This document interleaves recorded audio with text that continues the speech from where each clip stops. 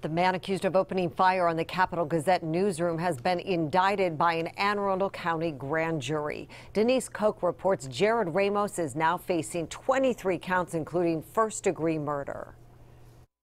He was as angry an individual as I have ever seen. He wanted to get revenge. Revenge. That is why police believe Jared Ramos used a pump-action shotgun to blast his way into the Annapolis offices of the Capital Gazette 3 weeks ago.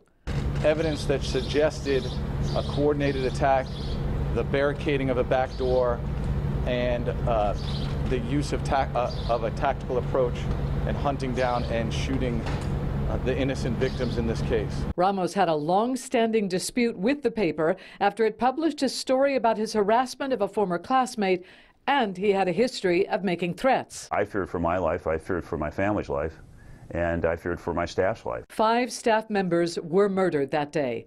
59-year-old Rob Hyacin, 65-year-old Wendy Winters, 61-year-old Gerald Fishman, 56-year-old John McNamara, and 34-year-old Rebecca Smith. Ramos was indicted today in their murders and the attempted murder of photographer Paul Gillespie. He is also charged with the first-degree assault of Gillespie and 5 other employees who were in the office that day, and the use of a firearm in the attacks on all 11 victims. Ramos has been in custody since police say they found him hiding under a desk in the newsroom. Their investigation then led them to his home in Laurel. And it shows what we knew we would find, which is that we have one bad guy and that for his own reasons he chose to do what he did yesterday. The defendant is presumed innocent until proven guilty and is entitled to a fair trial. Denise Koch for WJZ. Arundel County police say they're considering significant changes to the types of gear and weapons officers use while confronting active gunmen.